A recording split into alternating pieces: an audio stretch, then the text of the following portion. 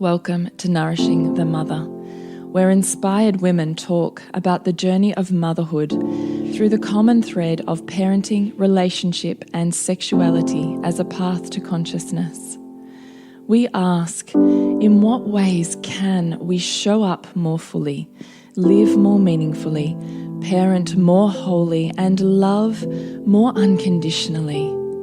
How can we mine the wisdom from the experiences of our lives and expand into those challenges?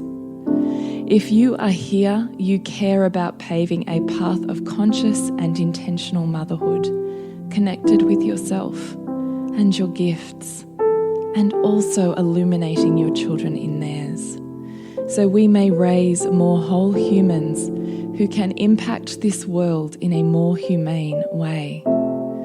And if you feel like giving a little back to this free content, please become a patron of the show and receive extra member benefits for less than a coffee a month.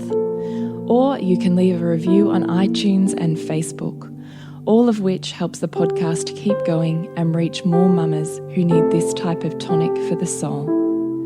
Head on over to patreon.com/NTM podcast to find out more.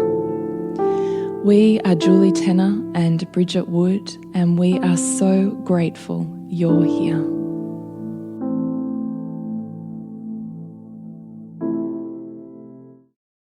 Hello and welcome to Nourishing the Mother. I'm Bridget Wood. And I'm Julie Tenner. And today's podcast is Stop Separating Relationship and Parenting. So we both have some pretty strong convictions about this conversation. So we thought perhaps this is a conversation you would like to have.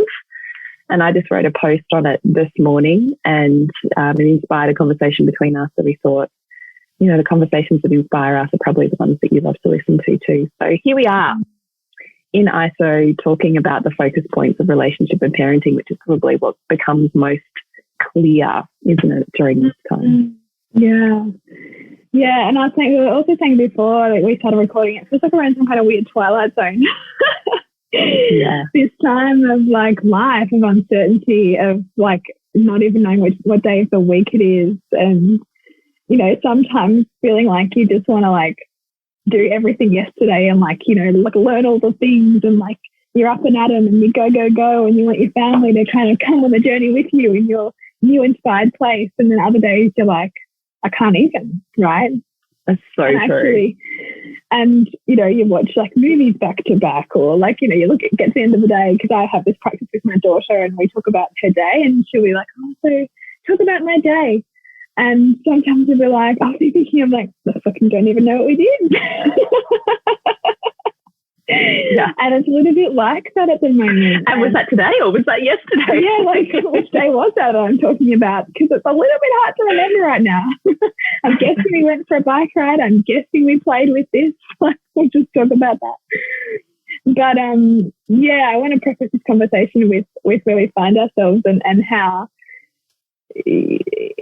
we're all going through that in the family unit. It was this kind of weird being suspended in space kind of feeling, which is beautiful and also super disorienting. And I see that can come out in like the edges that we find ourselves in relationship with each other, and the sticking point sometimes that can seem really strange that we can become fixated upon. And it's often because we're feeling a little bit out of control. You know, it's a desire to control something or to see something through because there's nothing else I can control. So I'll try to control erratically this thing, you know, and wedge this round peg into a kind of square hole kind of scenario. So I love that we're doing the topic of, you know, not separating relationship and parenting, because they're all a product of relationship, and how we feel and how we're relating to each person in our family deeply influences how seen and heard and accepted that person feels, and in turn how willing they are to open to us. And so I don't really subscribe to a kind of top-down how we need to tackle the children kind of approach when we're immersed in parenting and in life, but also in this kind of isolation place. where it's really actually an opportunity for everybody to ask themselves how we all get our needs met here, and where we're closing off to another person, that being an invitation to why that might be. You know, why is my 3-year-old, like, why am I having a visceral response when I hear her, you know, really loud voice, for example, and what's that telling me about where I'm needing either some more nourishment or needing to widen my perspective on what's realistic right now, you know, and that line of questioning and that inward view goes hand in hand with every interaction that we're having with those that we love, so that it becomes a second nature, and so that we bring responsibility to the dynamic that we have with that person, as opposed to making it, you know, they're so, you know, insert description, you know, insert projection onto who they are, you know.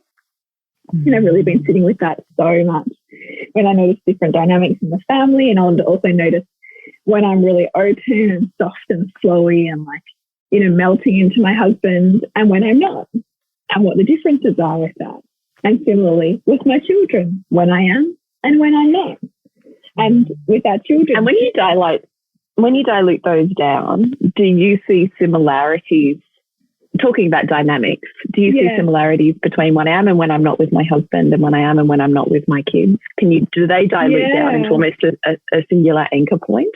Yeah, well, I see a lot of it. I think I look at it through the lens of am I valuing and recognizing and respecting what is important to them, or am I standing in my place of my way is right, or what I think about the world is the right way, right? Because whenever we're in this place of, you know, our values are more important, or you know, how we see the world is somehow more evolved or more relevant in this point in time, and we minimize them, I can't open my heart to presence with them in front of me. When I can have a foot in what I love and what I believe, and also a foot in what they love and what they believe, that is where I feel most connected. So that is what I can consistently pull down in terms of where I open and where I close. And also where I close is also the place where I'm not looking after me too, you know? Right, okay. So I was going to ask you, just back on your first point, I loved how you broke that down. What is it that creates the fertile ground for you having a foot in your values and a foot in their values versus I can't move beyond mine and the defense of mine? What is the fertile ground or barren ground that creates the setup for either one of those? The fertile ground for being able to keep a foot in each is feeling like I have enough boundaries in place for looking after myself, whether that be making sure I get the drink that I was on my way to getting, or making sure that I've got dressed, or whatever has been important to me up until that point in the day, that I haven't negated or said yes when I really meant to no. Because if I've done that and I'm on like edge, then I'm no longer in a foot in each. I'm either likely firmly in mine as a protest, right? As a protest, because I haven't looked after myself all of these other moments in my day, and right now you're just asking too much of me with that glass of water, so no, I'm not even, you know? Yeah, I do. Versus that kind of fairly constant check-in with my needs are okay and your needs are okay, and together we can get them both met, and it doesn't have to be somebody losing out here, or it doesn't have to be me, you know, in a knee-jerk moment deciding you children need to learn to be more grateful, you know, go and get your own things, you know, like that kind of edge that we can also get to when we haven't listened to our needs throughout the day, and then, you know, crack and say, get it yourself, or, you know, without weaving what we want the end goal to be into a disciplined approach to teaching our children to be self-sufficient, as opposed to a knee-jerk, you know, I've had enough. You know? I've got to protect what's mine. Yeah, or the scarcity, right? Like the shrinking. Yeah. And noticing when we're doing it in the moment. Like, you know, I was having conversations with my husband this morning because we've kind of taken on board a little bit of a a project-based homeschooling approach, which is also around centering around a BMX bike and for my son. And so we've been looking at that and researching it. And my husband at one point said, I'm thinking about getting both. And like, we'll work on one. I could feel myself go like this close going, thinking, but we can't get both. And that's too much. And why would we get both? And I could have made him wrong and become hardened and just put up a wall and said, we're not doing that. Or I could have, or what I did do was get curious about, wow, why have I closed like that? In that moment, what was the story that I've got here about spending too much money or giving too much to my child or overextending or what is all of that layered belief that has taught my body to constrict and cave in like I did in that moment? And how can I actually bring that to my husband and explain that what just happened there, as opposed to him trying to figure out what the hell just happened and why I just cracked it about like getting two bikes, that inward looking, which I think is so powerful for this time we're in, because there's nowhere to go and there's no other way to avoid like the little nuances and little practices that we all have that we habitually close through. And I love the invitation that there is nowhere else to go, so let's just meet it. Let's just meet what this four walls brings us so that we can polish our edges, I suppose. Is that helpful? Oh, well, I don't really know. I could listen to these conversations till the cows come home, really. Yes. But I don't know if I actually answered your question. I might have gone on a little bit of a tangent. No, I think so. I think you answered my question. I was what about say, you? Do you want me to... Because I loved what you were talking about, how beautifully... In that post this morning? Yeah, the post. Yeah. Well, I was just going to say, do you want me to read it? Yeah, give us... Because maybe that's a good springboard from there, because there's many conversations in that summary. Totally. And I think probably for you too. Yeah.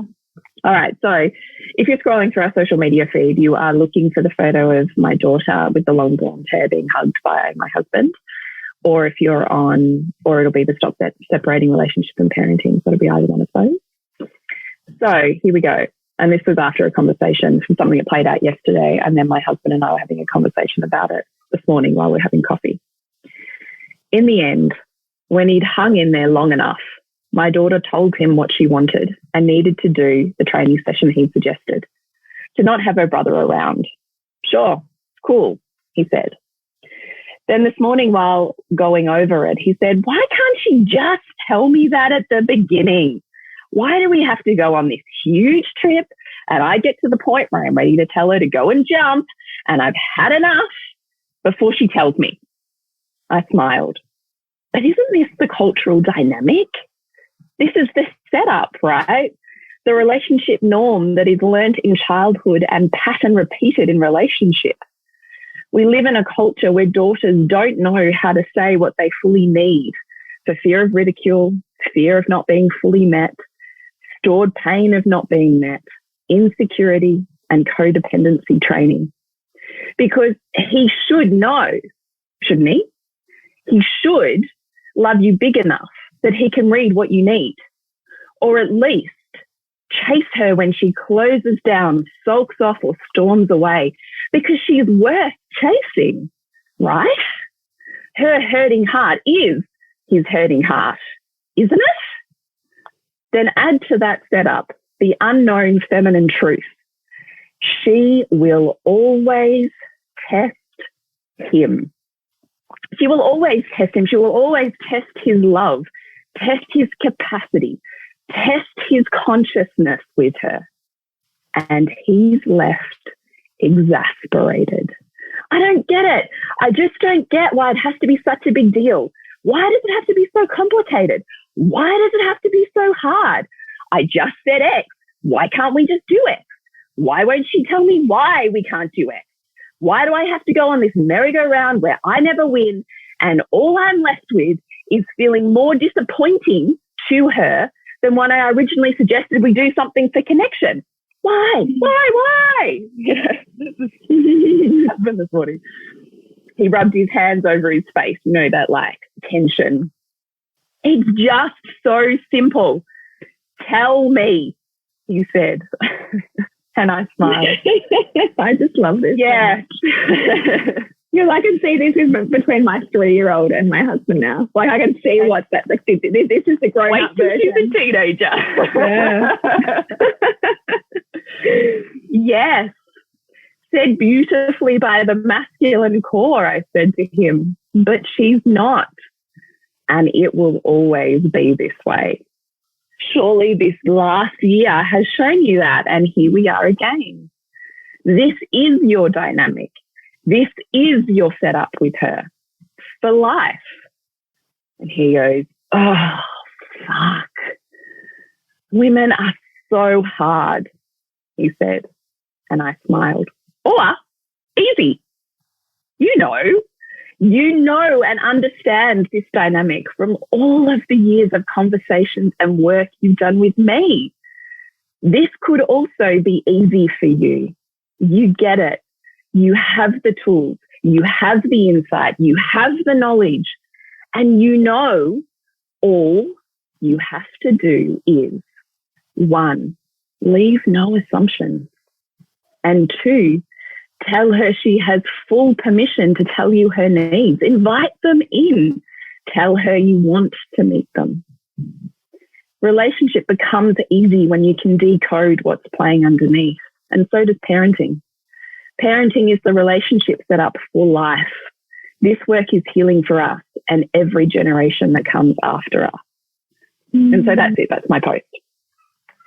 But I could see this whole thing and I could totally touch into his exasperation and I could totally get it, right? So that like, it's almost so ironic. All I can do now is smile at the continuous relationship dysfunction that we have in this culture, where it's almost like we just continuously beat our heads bloody against the wall when I'm going, just turn around and you don't have to beat your head against the wall anymore. Like, just turn around. You know, like it's so easy for me when I look over it and I go, but that's because she's like this with the setup of that, and you're like this with the setup of that. So if you just know that, cool, that sounds empowering. Now you have all of the tools you need. And so it was that. And he could totally get it. Like, even as we're having this conversation, he was like, oh, yes, I know. But why? But it's still like a dog with a bone, like you're still holding on. Like even when Sylvie will just like have a massive like, you know, meltdown. And then after the thing, she's like, why couldn't you just tell me like what you needed? Like, 'cause she couldn't. Yeah. It's the existential angst of the feminine and the masculine. And if you just came to a point of going, it just is, and we can love what it is rather than trying to make them more like us. Because in his mind, he's going, well, if she would just tell me, if we could just stop this disruption so we could get back to life, if she could just dial down the drama so that I could be in the space of more nothing rather than more everything, then life would be sweet. Yeah. And she's like, but this drama is everything of life. You know, like it is the masculine and it is the feminine. And if we could just see that, yes, it creates angst within each of us individually, but that angst is there to design all of us to grow and deeper into the evolutions of who we are and archetypally and move, you know, bigger as souls. But also each of those things comes with beautiful superpowers and gifts. And you can't have the superpowers and gifts without having this part that comes with it.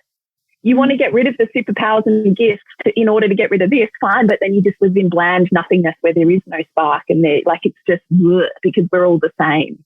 As opposed to you want chemistry, you want polarity, you want excitement and the heart opening body, soul, you know, this is life, then this is life, you know? And I was looking at this whole thing going, this is fucking beautiful. This is so beautiful. And old evolutions are like, I have totally been Jade and I have totally been Nick. And I could see in that moment almost like a you know, cascade of so many lives. I could see all of the ways that I've done and been all of those things in relationships. So I could like touch point into both of them and all of them, and then come back to, fuck, if only I'd known what I know now, all of that could have been so much simpler.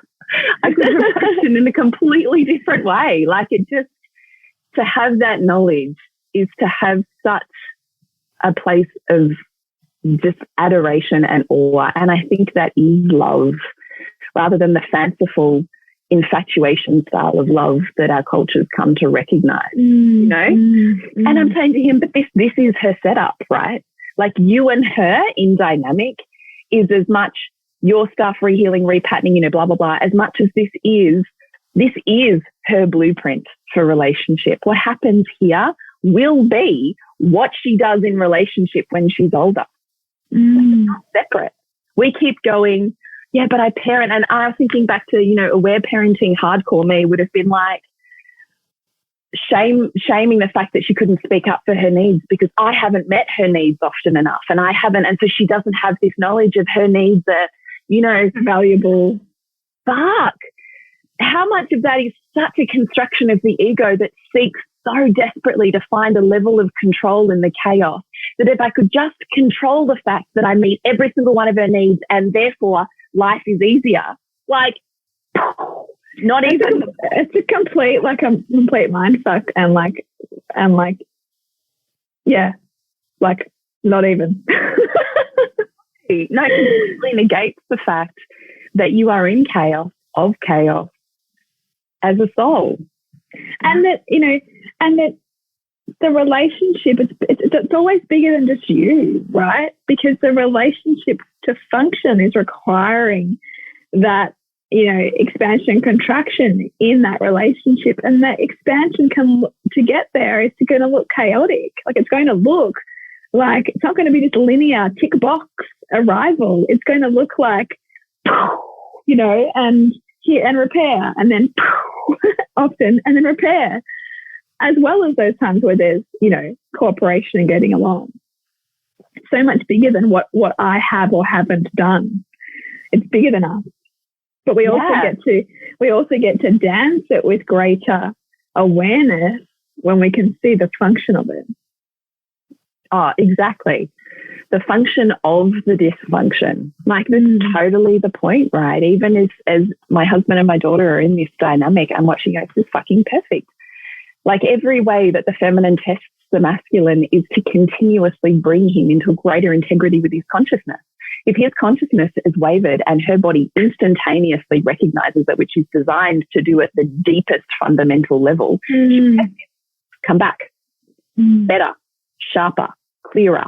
You know, like, she's always come back. So you can hate the fucking shit out of that and you can wrestle with it for your entire life, or you can love the fact that she is bringing you into greater integrity and consciousness, which in turn allows her to enter greater stages and depths of love.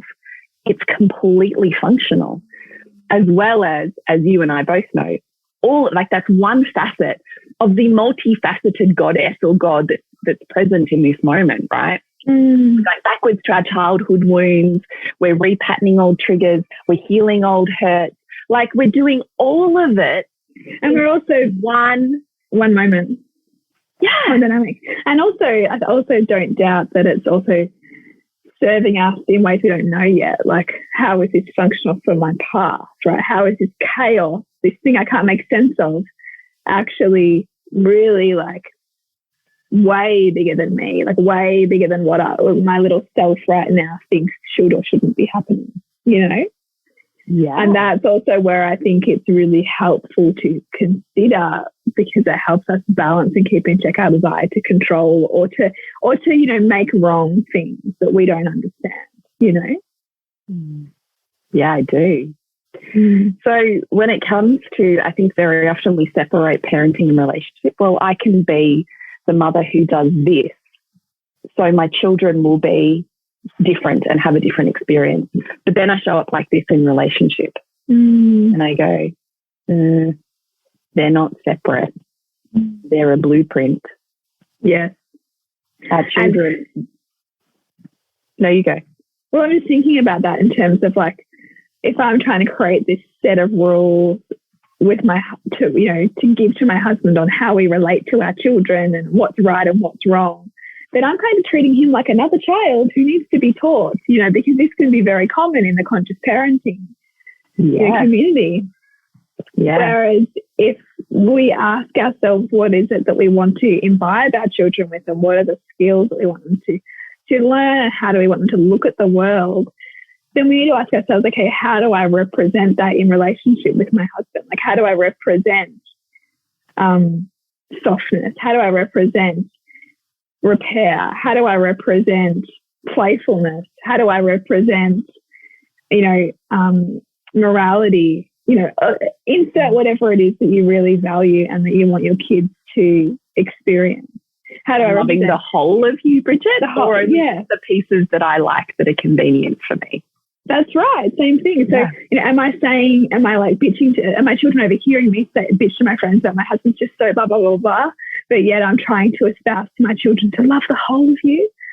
I need to practice the biggest work for me to teach my children is to love who I've chosen to spend my life with, right?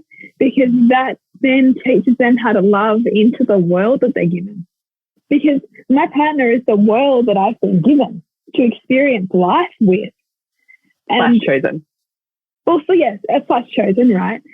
But how much can I choose to love into all of the parts that I find challenging and to love into all the labels that I've projected onto them because they're actually representative of parts of me that I haven't appreciated?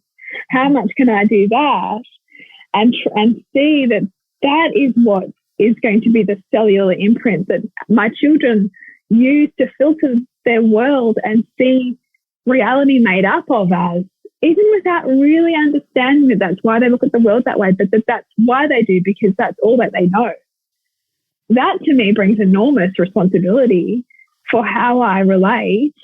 And that's, for me, so much of the parenting work is how I model relationship and therefore how they're going to take that, So it's not like this either or, like I'll do one thing over here and then this separate set of principles for my kids. Like they're all so inseparable in so many ways, which calls us into a kind of often radical, humility as well for the times in where we don't show up the way we'd like to. Then I think that's also a great gift because I want my kids to kind of be comfortable in mistake making, and repairing that. And of course I have moments where I'm like, fuck, like I'm so on edge. It's about them doing anything that's out of step with what I've decided is right now. So how am I treating myself? Like, how am I treating myself? If that's how I'm feeling about them right now, that they cannot put a foot wrong or I'm going to lose it, what's that telling me about the story I've got right now about not being able to put a foot wrong?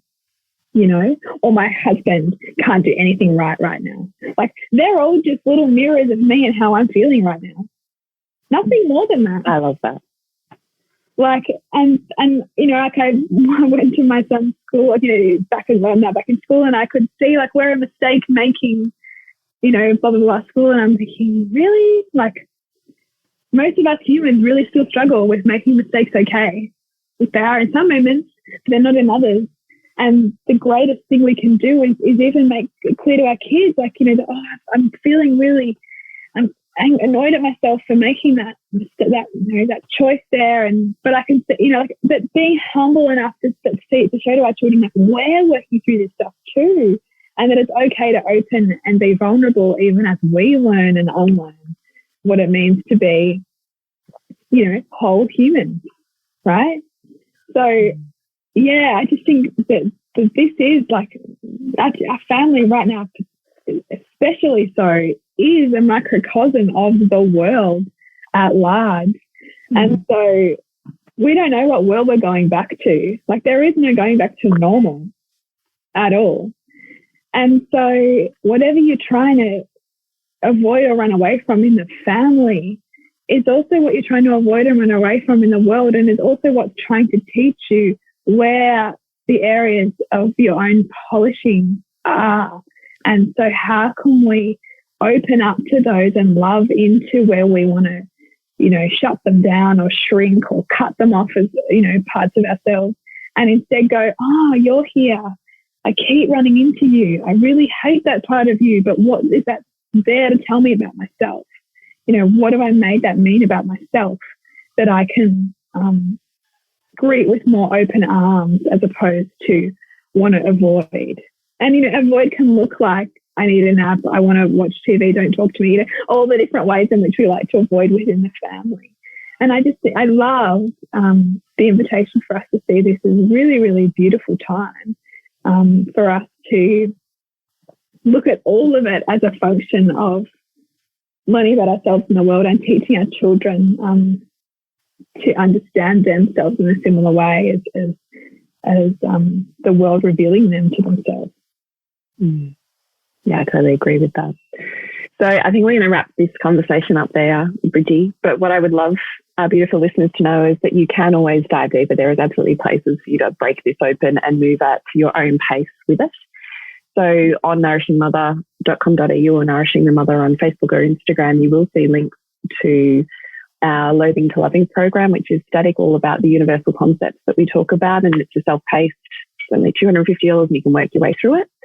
And we have Sugar and Spice, which is our sensuality and sexuality opening. Again, $250 and self-paced. You work your way through it as you want to break these open. And if you're really ready for next level, then it's Queen School with me. So we do have this beautiful process. And if you just want to have a community where you're just continuously bathing in all of this, then it's soul-driven motherhood, right? Yeah, so many great offerings, so many ways in which to, we're all like, doing, the beautiful thing is that when we lean into that, we're all doing this profound work and we all just kind of ripple off each other. And I don't know, we get to, co-create magically this world that we're going to all walk back into at some point. And that's really inspiring. Yeah. So to connect with you, Bridge? SuburbanSandcastles.com, and you, Jules? ThePleasureNutritionist.com. And head to nourishingthemother.com.au to find out all about our courses and offerings. And remember to nourish the woman to rock the family. And we'll see you next week when we continue to peel back the layers on your mothering journey. And if you want to support Nourishing the Mother and all the late nights, the early mornings, the blood, sweat and tears we pour into our art, then please go to patreon.com/NTM podcast and become our patron. As a patron, you're helping all of the cost of operating this podcast, the hosting, the editing, the transcription, helping all of that be completely covered, and joining a community who are all about honouring our journeys and continuing to open. The more support we have, the longer we can last. So become a patron. We'd love to have you. Go to patreon.com/NTM podcast. We literally couldn't do this without you. Thank you so much for listening, and please share this podcast with anyone you think it would be medicine for.